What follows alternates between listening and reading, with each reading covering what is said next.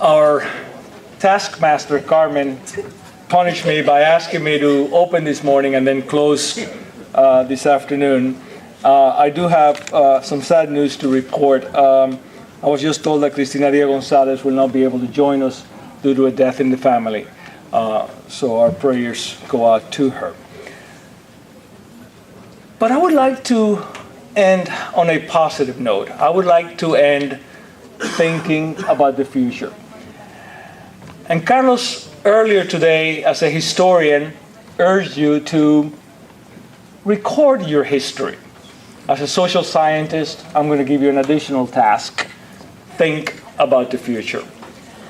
And the reason I say that is because I believe that our generation has a peculiar set of skills. We are a generation that still has memories of Republican Cuba, pre-Castro Cuba, juvenile memories perhaps, but we do have that memory. And we have also had an opportunity to live for an extended period of time in freedom, to live and to learn. And hopefully we can combine that skill set to help somehow in the reconstruction of our homeland when that time comes. We all have different experiences, and we all have tremendous things to contribute. When Juan Clark was parachuting into the Bay of Pigs, I was in the underground hiding and running for my skin. Eloy ended up with a butler. I ended up picking tomatoes in Homestead. So we do have a tremendous amount of skill.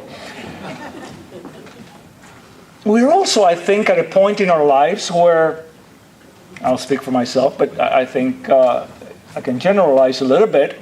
We're no longer starting a career. Perhaps we're not raising young children. We're at a point when we can give back. I was happily retired about 5 years ago when Dr. Jaime Suchlicki, you all may know as a historian, who had 25 years earlier directed my doctoral dissertation, called me and said, "Joe, I know you're retired, but I need you here. I need someone to come and help me. You have the scholarly side, you have the successful business career, and I need you to come and help me." In classical Jaime fashion, he said, "I can't pay you anything, but you have to come and help me." And I've been doing that for the last 4 years. So I think we're at that point where we can begin to give back. During this period of time, I began to think about the transition and what kind of a transition we can look forward to and how can we help. I wrote my book, Mañana in Cuba, which I hope you all read. I have no financial interest. I'm donating all the proceeds to the University of Miami. But I hope you have an opportunity to read it. The first few chapters, I warn you, are rather depressing because I try to describe Cuba's civil society today. A civil society unlike us that has not had an opportunity to live and learn in freedom. A civil society that unfortunately has learned to lie as a means of survival, has learned to cheat and steal as means of survival. It's okay to steal from the state. You steal the light bulb so you can sell it on the black market and feed your family. So when that time for change comes, we are going to find a civil society perhaps not ideal upon which to build a democratic state and a market economy, if that should be the transition path. So I looked at all the Eastern European transitions. There have been now 34 or so countries that have transitioned since the collapse of the Soviet Union. And there's a tremendous amount of information that we can learn from the experience of the transition in countries. In doing my research, I came across a sub-discipline, if you might call it that, of economics called behavioral economics. And this particular discipline sort of looks at how to nudge people into making better decisions. The word nudge doesn't quite translate into Spanish. Inducir is probably the closest that we can come up with. So I started thinking, how can this discipline be used in a post-Castro Cuba environment, given that we're going to find, again, a civil society which is not the best? So I'd like to give you a couple of examples of that and give you ideas and then open it up for some questions. I'm rather a polemicist and I sort of want to provoke a little bit of thought along this line. Two examples of this quasi-science of behavioral economics. I'll give you a serious one and then I'll give you, I think, a rather funny one. The serious one, it turns out in the United States, as we all know, there's a tremendous shortage of organ donations. People actually die waiting for organs to be donated. And yet many of us, in informal conversations, may express to each other, if something should happen to me in an automobile accident or something like that, I would like to be a donor. But we never take the steps to inscribe ourselves as donors. The default law in the United States is you are considered not to be a donor unless you have taken the steps to register. In many European countries, they have changed the default. You are considered automatically to be a donor unless you opt out of the system. Obviously, there's been a tremendous increase in organ donations and the resulting savings of life. That is just an example of how a policy can be structured to induce a certain behavior without, again, taking any liberties away, because obviously you have the option. The other one that I'll give you as an example and then sort of give you some ideas as to how this can be used. There was an airport in Sweden, I believe it was, where they were men's bathroom, they were having a sanitation problem. I suppose the bathroom was close to a bar or something, but apparently when the gentlemen were going into the bathroom, they were not aiming properly and there was urine all over the place. Well, the totalitarian solution would have been to place a miliciano there or someone to make sure that we aim properly. The nudging solution was to paint a black fly in each of the urinals. It turns out when we see the fly, we aim at the fly. Problem solved. They actually measured this and there was an 85% improvement in the It's fascinating stuff. So I urge you to sort of look at that literature. So sort of armed with that, I started to think, how could this be used in Cuba? And here again, I'll give you two examples. One on the economic side and one on the political side, and then I'll have you shoot at me. On the economic side, I would think that perhaps a policy of dollarization, and again, I'm assuming that at some point we're going to have not just a succession, but we're going to have a legitimate transition. And academics like to make the distinction between a succession, which is what we've had from one general to another, and eventually a transition, hopefully, to democracy and free markets. To dollarize the Cuban economy. Now, my friends that are economists always complain, that's perhaps not the best way to do it, because if you have a talented, skillful central bank and a prudent government, it's better to have the flexibility of a flexible currency.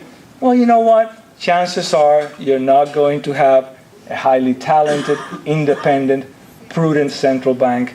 Neither are you going to have perhaps a prudent government at that time.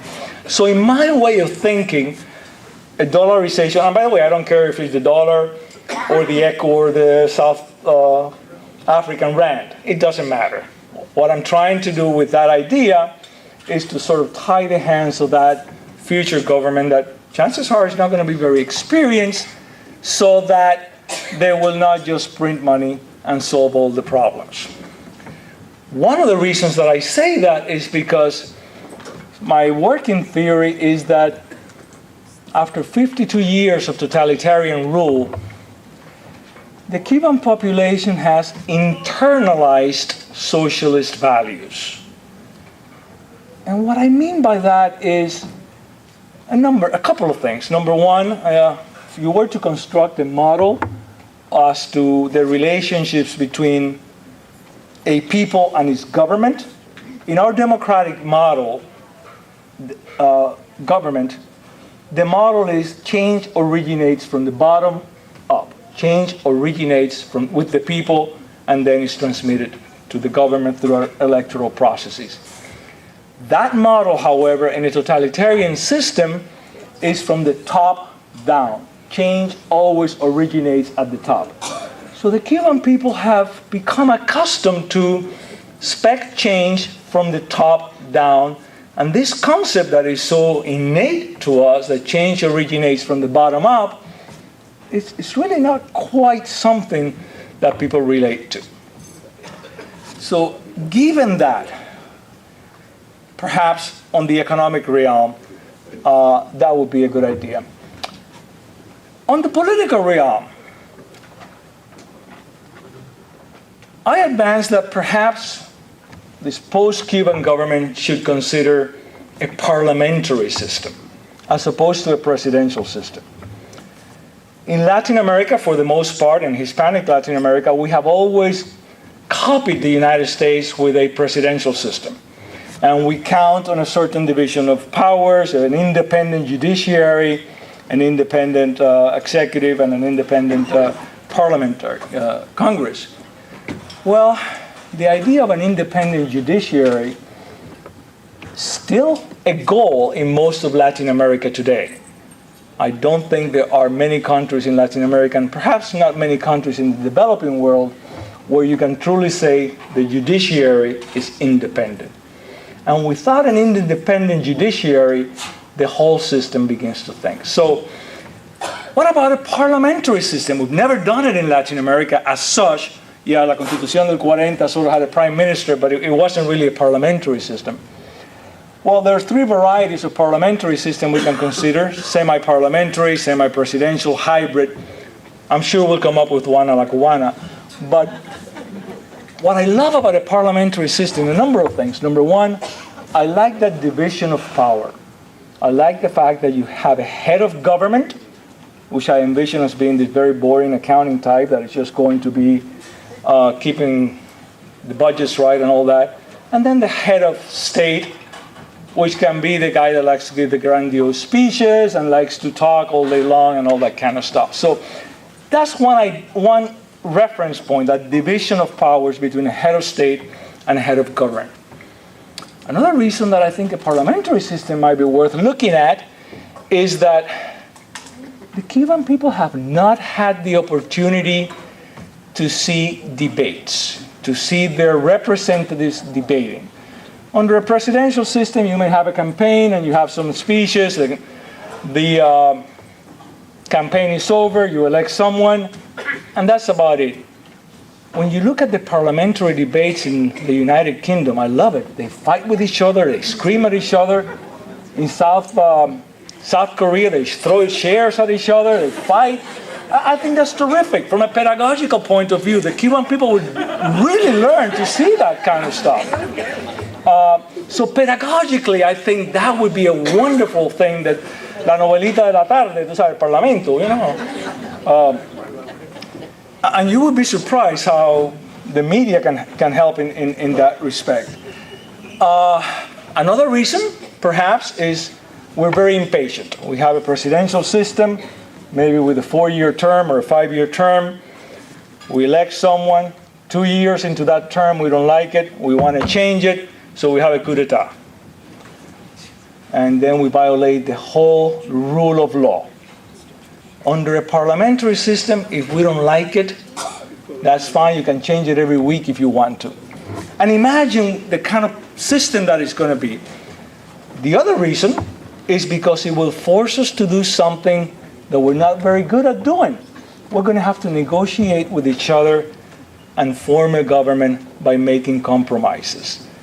You know, in the North American tradition, The candidates go into a campaign, they insult each other, the campaign is over, they kiss and make up, no problem. In our tradition, 4 generations later, a mi abuelito tú le dijiste en el año 1400, we still keep those kinds of rencores over many, many years. Political parties, there will be many. When Lech Walesa was asked at the beginning of the Polish Revolution why there were, I think, 120 political parties, he says, well, you get 2 Poles together, you have 3 parties, yours, mine, and ours. I think that's going to be about the same proportion for Cubans. 2 Cubans together, you're going to have 3, maybe even 4 political parties. We'll figure out a way of doing that as well. So what I'm trying to illustrate with this is that we have a unique opportunity in our generation and our community because we have had the opportunity to live our lives and to learn outside, to think about how can we help. I think most of us also have no professional ambitions, no political ambitions of any kind. I think most of us are at a point in our lives where we want to give back. We're not looking to begin our lives again or any such thing. So from that standpoint of thinking about the future, what can we do? How can we contribute? And those are some of the ideas that I would like to share with you, and hopefully you'll have an opportunity to think about it and send me an email and say, I thought about this way of nudging. I thought about this way, because that parliamentary system, again, in my way of thinking, is a way of nudging. It's a way of inducing better behavior, not only on the part of the citizens, but also in the part of those that are governing. With that in mind, just to change pace a little bit, what I like to do is open it up for questions and maybe some things that we can address. If you have any things that you would like to throw out on that basis.